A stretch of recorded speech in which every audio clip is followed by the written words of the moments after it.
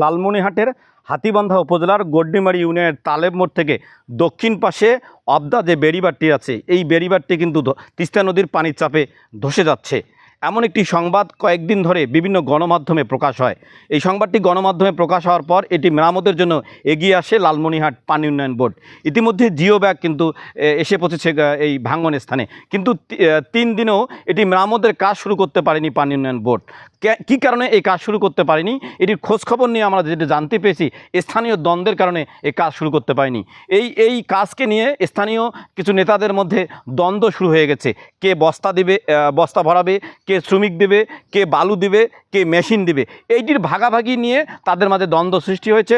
আর এই দ্বন্দ্বের কারণে জরুরিভাবে যে মেরামতের প্রয়োজন, এই অবদা বাঁধটি, এটি কিন্তু মেরামত করা সম্ভব হচ্ছে না। এই বাঁধটি যদি জরুরি ভিত্তিতে মেরামত করা না হয় বা কালকে বা আগামীকালকে আবার যদি পানি বেড়ে যায়, তাহলে কিন্তু এটি ভাঙন দেখা দেবে। আর এই ভাঙনের ফলে এই যে বেড়িবাঁধের পাশে যে আশ্রয়ন প্রকল্পের শত শত বসত বাড়ি আছে, এগুলো যেমন নদীগর্ভে বিলীন হবে, পাশাপাশি এই পানি কিন্তু হাতীবান্ধা শহরে প্রবেশ করবে।